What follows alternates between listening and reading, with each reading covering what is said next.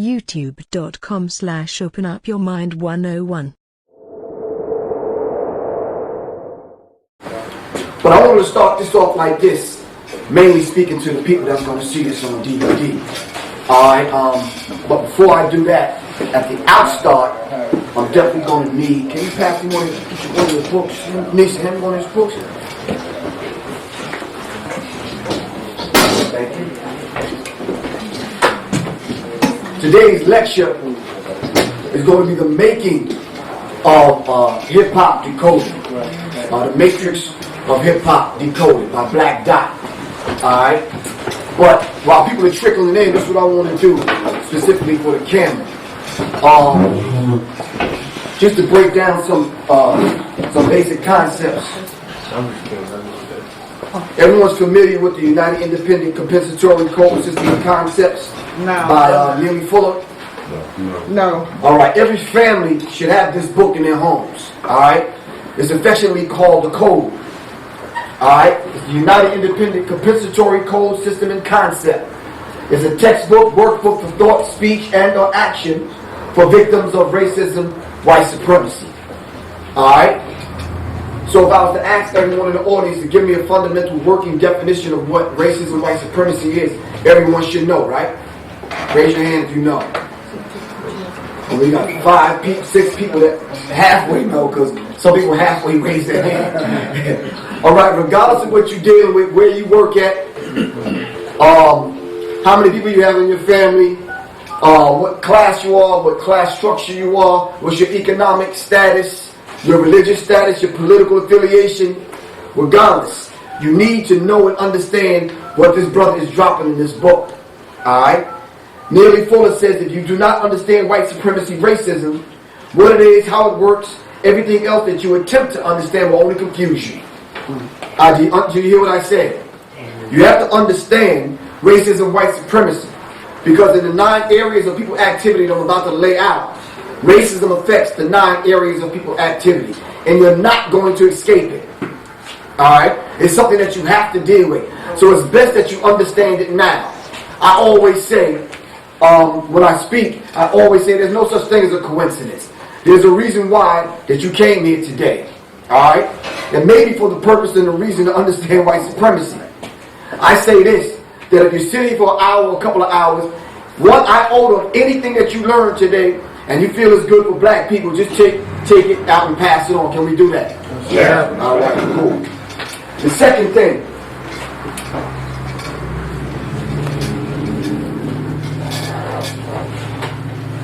The second thing is Dr. Frances Cress Welsing's book, The ISIS Papers. She says, from conversating with Mr. Neely Fuller and having conversations with him and studying and debating certain topics, she came up with a fundamental working definition of what racism is. Alright? Don't bother writing this down. Just buy the DVD so you can take it and piece it apart and analyze it and put it under the microscope. Racism, white supremacy. Now all those other definitions of racism, white supremacy that you presently have in the back of your mind right now, put it next to this. Alright? And you might even want to add on to what you already have. Racism, white supremacy is the local and global power system and dynamic, structured and maintained by persons who classify themselves as white, whether consciously or subconsciously determined, which consists of patterns of perception, logic, symbol formation, thought, speech, action, and emotional response, as conducted simultaneously in all areas of people activity. What are those areas of people activity?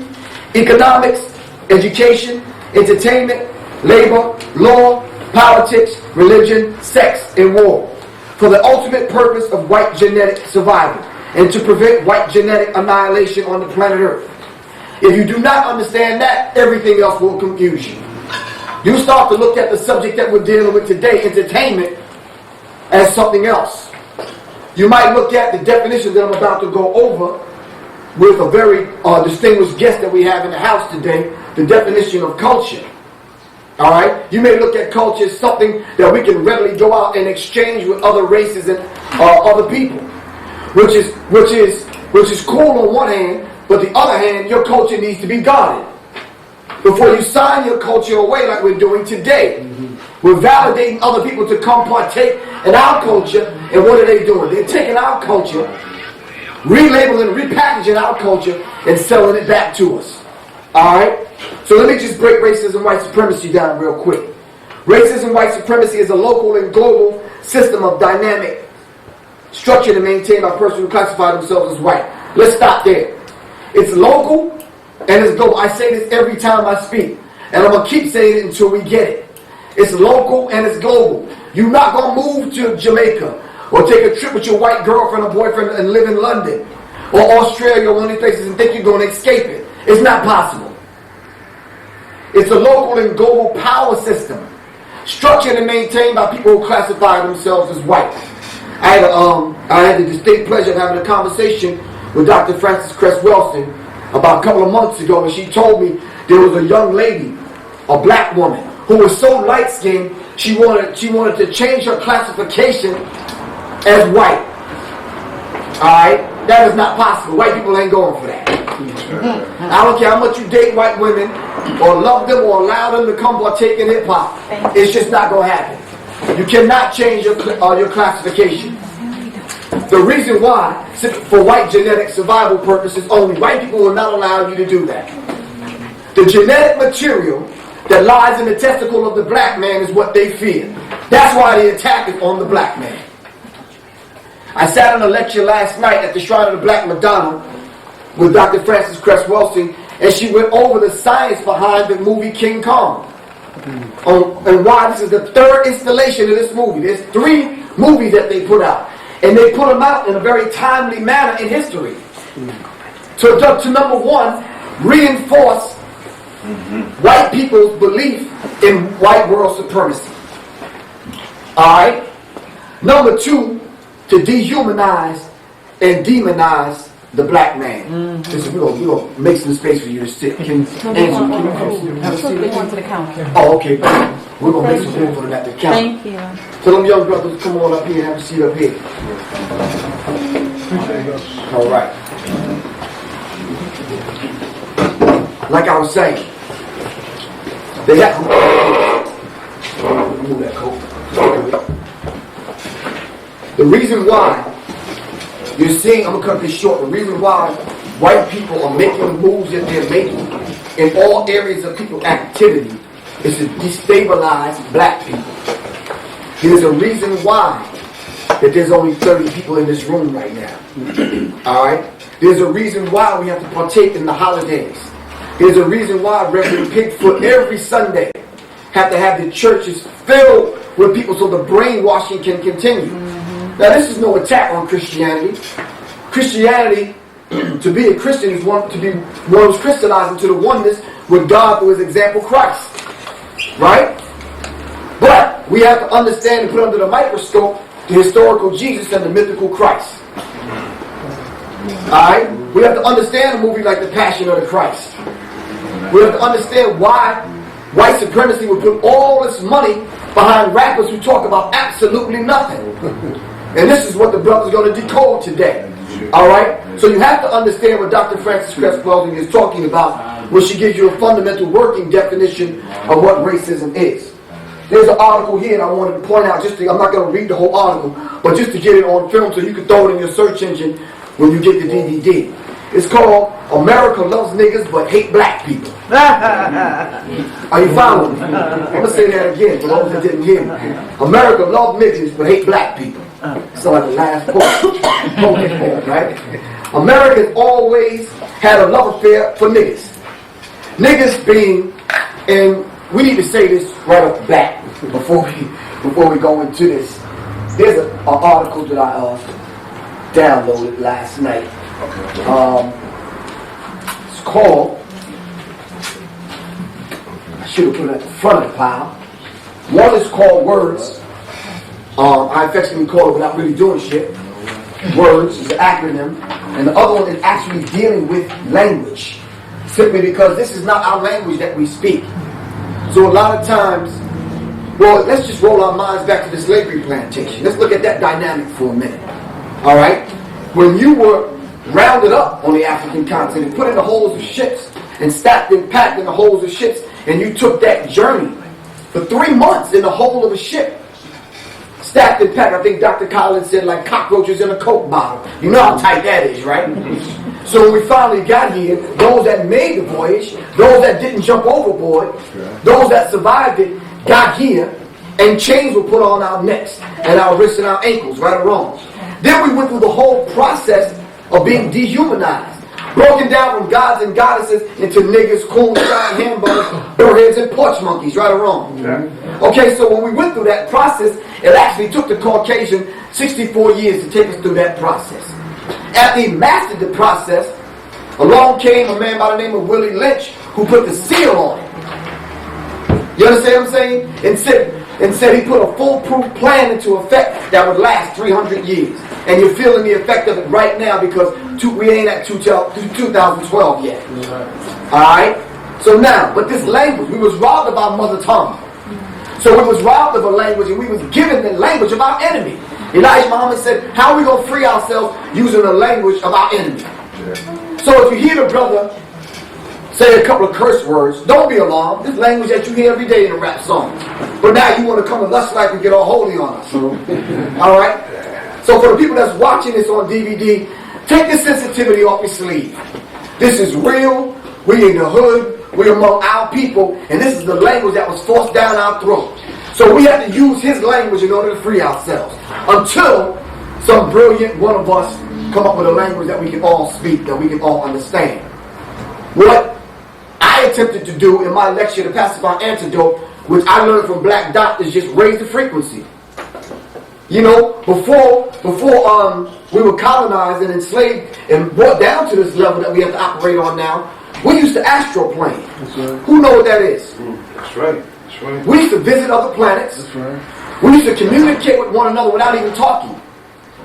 Are you following me? So, but now that our language has been taken away from us, all right, we've been reduced to writing hieroglyphs and etching them in stone on the pyramid text, on the pyramids. But now it's even worse than that, because that was a high science. Sure. Now we're down to spraying trains and graffiti and that kind of thing. Still trying to communicate, yet still an extension of our culture. The breakdance is an extension of our culture. The MCing, the griots that told the stories. The oral tradition is a part of our culture. That's the same thing we do in hip-hop now. Alright? So to go on with the article, niggas being those individuals in the black community who wish to perpetuate and reinforce negative stereotypes that have poisoned the way the world views black people. I showed last week how rappers use black women to sell the products under the guise of sex sells. But they always selling, let me turn this. I guess we can take this commercial break and everybody can turn their pages off. I'll turn off mine. I was saying, I showed last week how the black woman is always half-clad. Always used as a sex object. Do you understand what I'm saying? And everyone uses the black woman. Everyone uses the black woman. And it's like a dog returning to its vomit. You know, and we're preying on one another now. Do you understand what I'm saying? But she's still girlfriend and wife, right? Mm-hmm. She's still auntie and mother. She's still grandmother. Mm-hmm. Right or wrong? Mm-hmm. Everything walking and talking and thinking and moving came through the womb of a black woman. It's like the micro womb, the macro womb of the universe. Are you following me? Mm-hmm. So black women need to understand that so she can stop disrespecting herself. So if you want respect from not only your man, the black man, but everyone else, you have to start respecting yourself. You understand what I'm saying? Once you do that, then you give a brother like me the cue to start checking some of the rappers. But if you don't respect yourself, I can't put myself out on the limb and go check the brother if you still dancing in the damn video half naked. Right or wrong? So now, it says negative stereotypes such as black people are ignorant, lazy, violent, brutal, scheming, conniving, untrustworthy, sex-obsessed, money-obsessed, materialistic, chasing after the acquisition of wealth, immoral, jive, ebonic speaking, pimps, hoes, attention-seeking, not taking responsibility for their action, and not contributing anything to society. Wow. This is what they think of us. Alright? America loves niggas but hate black people. When that video goes out, sister, with your breasts hanging out and your butt showing on the video, that's your commercial that goes out throughout the whole world. Everyone sees that. So imagine the people that don't speak English and don't know what the rapper's saying in the video. It's like putting the TV on mute and all you see is you dancing in the background half naked. Are you following me? So now, I have a document here from the National Security Council. Who knows the National Security Council? Okay, this really don't count, but since you don't know, let me tell you. It ain't the damn Boy Scouts, I can tell you that. It ain't the Glee Club. It ain't the Masons and the Shriners and the fraternities and sororities. Times that by about 1,000 and you have the National Security Council. Alright? These documents the average person don't get their hands on. Alright, but you can because I dug it up for you. Alright? This document is Exhibit 10 of the U.S. Supreme Court case number 009587 of the National Security Memorandum number 46.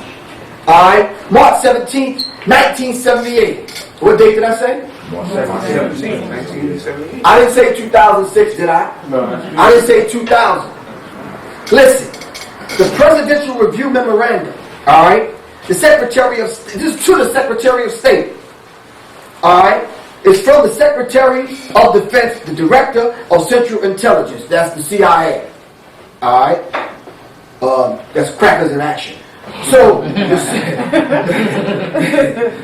see, it's always laughs. It's always good to laugh sometimes so you can digest the truth. You understand what I'm saying? Like the brother Black Dot was explaining to me about Flavor's role in Public Enemy. It takes the edge off the seriousness. But anyway, now this subject is called Black Africa and the U.S. Black Movement. Alright? It says the President has directed that a comprehensive review be made of the current developments in Black Africa from the point of view of their possible impacts of the Black movement in the United States. Alright? We should consider this in the review.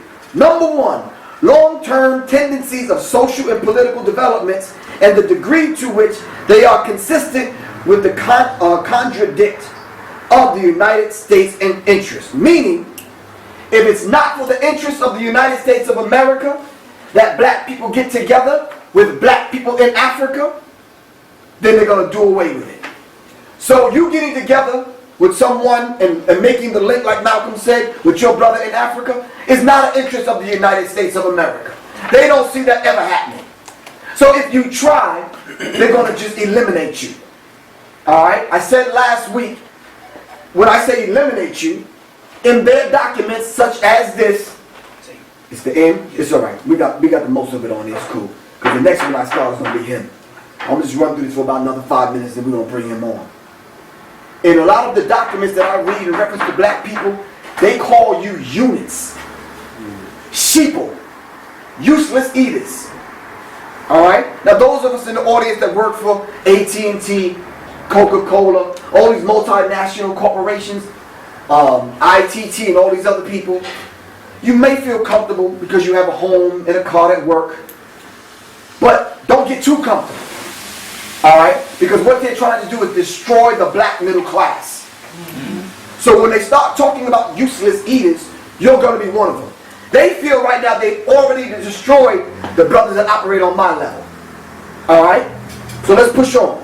Number 2, proposals for the durable contacts between radical African leaders and leftist leaders of the United States black community. Malcolm hooking up with and supporting African governments. The Nation of Islam, the Black Panther Party. I don't care what organization you belong to. Boogie Down Productions hooking up with the Zulus, and they hooking up with some brothers in Africa. They're not going to let that happen. Number 3, the appropriate steps to be taken inside and outside of the country in order to inhibit any pressure by radical African leaders and organizations on the U.S. black community. For the latter to exert influence on the policy of the administration towards Africa. One last thing. It says in multiplicity of the United States interest in the United States attitude towards black Africa. The most important of these interests can be summarized as follows. Politically, if black African states assume attitudes hostile towards the United States national interests, their policy towards white regimes, which is a key element in our relations with black states, may be subjected by the latter to great pressure from fundamental change. Thus, the West may be forced and faced with the real danger of being deprived of, listen, of access to the enormous raw material resources of Southern Africa. That is what they're after. The main raw materials that actually run Europe and America. The oil. All those things that they failed to tell you in your history class, that when they kidnapped the black man, they also took the raw materials from under our feet, and this is the very thing that runs the United States economy. This is the reason why they're having a problem with Iraq right now, with Afghanistan right now.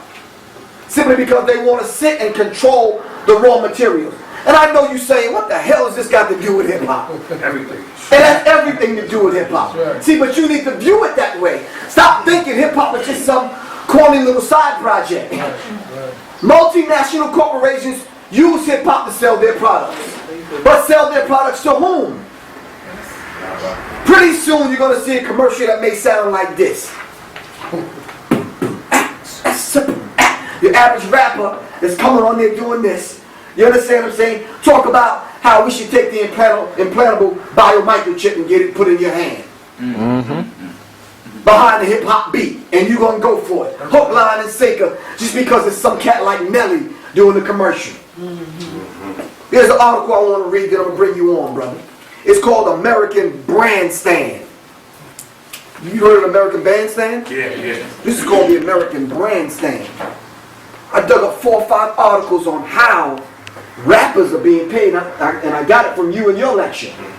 When we did the lecture in New York, which you have on the back table back there, that rappers are actually, you said it as a fictional kind of thing, but they're actually doing it.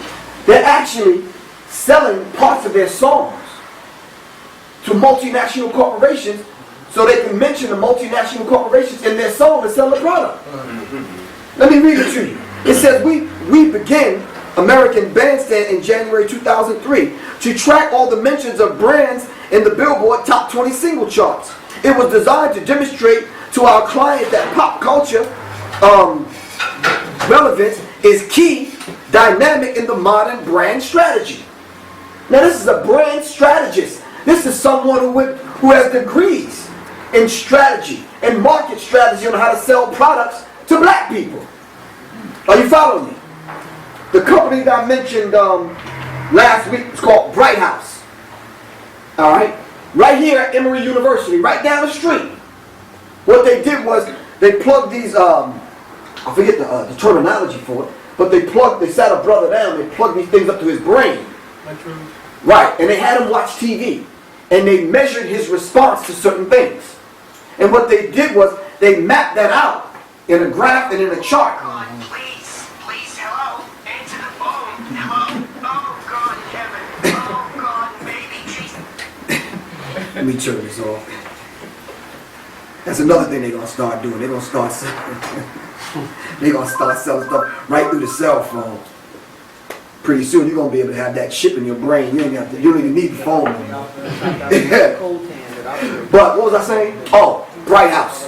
So what they did was they sold this information, right, to people like Coca-Cola and AT&T. What AT&T and Coca-Cola did was take the data and they structured commercials to appeal to you. Car commercials, beer commercials, food commercials to get you to buy. You ever buy something, you try to figure out why the hell did I buy this? You got products in your house right now, you trying to figure out why you bought this. Especially that big ass SUV you bought, because $80 a day fill a tank up. And the gas is expensive as hell. Let me show you the trick they played on you. I'm gonna get back to this. The price of gas was at $1 something, right? They jacked the price up to damn near $5. And then you remember, don't play like you don't remember. It was a couple of months ago. Then they pulled a trick on you and lowered it to $3 something. You thought you got a deal. Well, it only supposed to be at $1 something, right or wrong, and you fell for it. But Chavez in Argentina said that he'll give black people gas for little or nothing, right or wrong. What happened to that deal? You see, if our black niggas are on their job, they could have made the deal separately with Venezuela, right or wrong. And we'd have been getting gas up the yin-yang, right or wrong. But see, we don't have leaders that's bold enough to do that. Because they in the hip pocket of Bush, right or wrong. Like Reverend Bigfoot, Reverend Hamhock, Creflo wants some more dollar, Eddie Wrong and the rest of them, right or wrong. That's right. See, but if they were speaking for the people, they'd be able to really truthfully speak for us and stand up for us. Not go to Washington and do some backdoor deal with Bush. And the reason why they did that deal, because they're trying to take Christianity into Africa. Now don't get me wrong. If you really taught the teachings of Jesus, there'd be nothing wrong with Christianity. Right. But they don't have the teachings of Jesus. That's another subject for another time. Just to give you an example of the American grandstand, prestige, aspiration, and luxury predominate throughout the charts. Bling Bling is alive and well and living in the Billboard lyrics. Not only is he pushing the poison on wax and CD, he's actually in the liquor store now. So now when you listen to a Jay-Z song, you can have your favorite liquor by Jay-Z. Are you following me? The emergence of the hip-hop created a lifestyle that has served as an adapted over 3 decades into this thing we call pop culture. But can it survive a new era of mainstream supremacy where endorsements may crush its credibility? Basically what they're saying is, like I've always said in the lecture, young white entrepreneurs came in and niggerized hip-hop. And people like McDonald's are paying rappers now to do their commercials. Alright? So rappers are making more money outside the context of their CD selling at the store because you bootlegging the stuff now.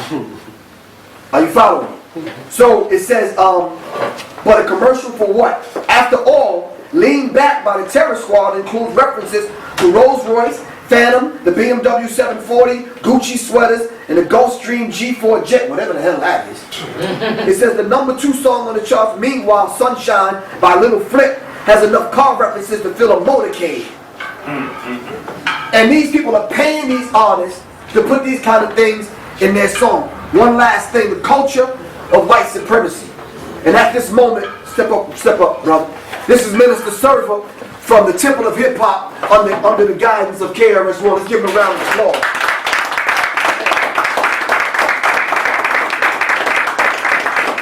Now, the reason why I asked the brother, and we can get it on film right here, he can add it into the other film.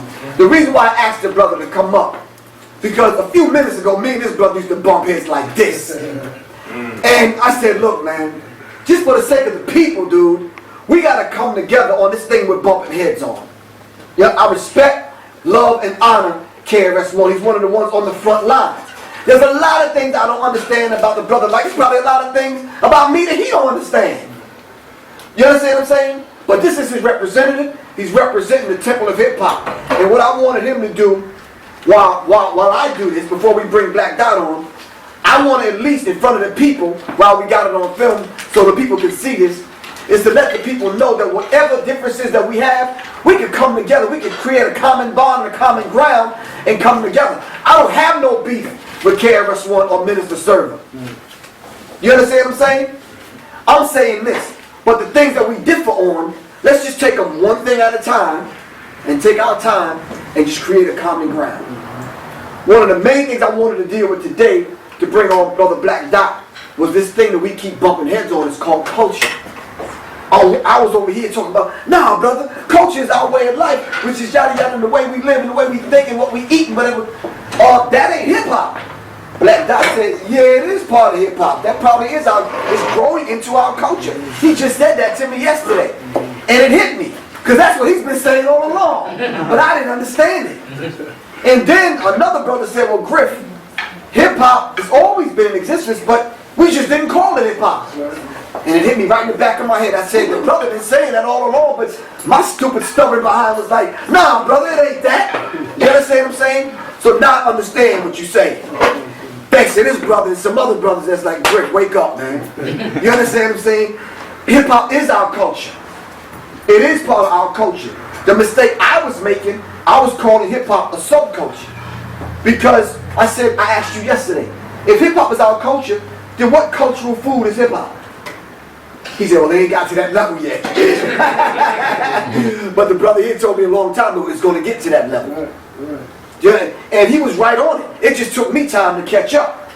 So here it says, what is culture? A definition. Culture is a way of life, which he's always said. It's just the life that you're living is hip-hop. All right? I said I could deal with that as a microcosm. But the macrocosm, the bigger picture, when I look at culture, I look at everything that comes with culture. And I think that is larger than hip-hop. Are you following me? So as hip-hop grow, because I asked the brother the question in an interview. I says, will black people in the future change the frequency of hip-hop and call it something else? Because white people definitely got tapped in on the frequency and changed the frequency and using our culture to use it against us. So it says here, it's the functions of culture. It goes into definitions of culture. It goes through the culture as a process. What is white culture? What is black culture? And it even deals with hip-hop. So I downloaded this. I have a copy. I'm going to pass this on to the brother so we can bridge the gap. Thank you very much. Give the brother a round of applause.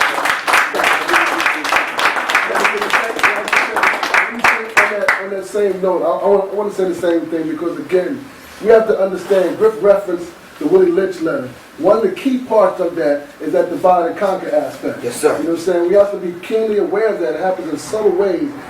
Griff and I don't have any problem with there may be people that are in different camps that may hear us debate and dialogue. And again, we can agree to disagree. You know what I'm saying? Right. Everybody doesn't have to agree with everyone, but we have to be disagreeable. That's what I respect, that it never got to that level with us.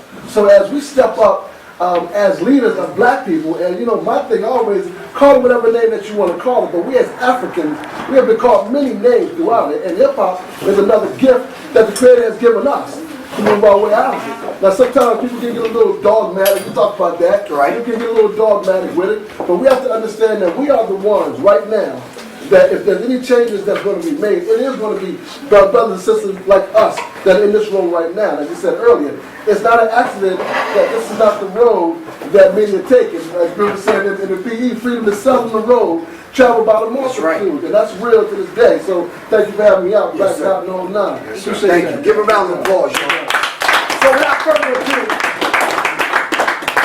I'm bringing in front of you today an author, a revolutionary, a brother that's on the front lines, a brother that's been an MC. He break dances a little. Yes, I seen this crappy graffiti stuff he did on his DVD back there. I love the brother to death. He put the book together, and I'm going to tell you straight up, there's a lot of books out there written by other people other than black people, other than African people, other than us, that are talking about hip-hop from the sidelines. This brother is in hip-hop. He put the book together. It's called The Hip Hop Decoded, from its ancient origins to its modern day matrix. The brother got a 6-hour DVD over there that breaks it all down. Alright? I did a lecture with the brother up at the House of Consciousness in Harlem. Alright?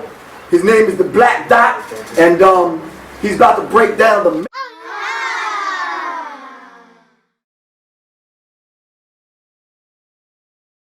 youtube.com/openupyourmind101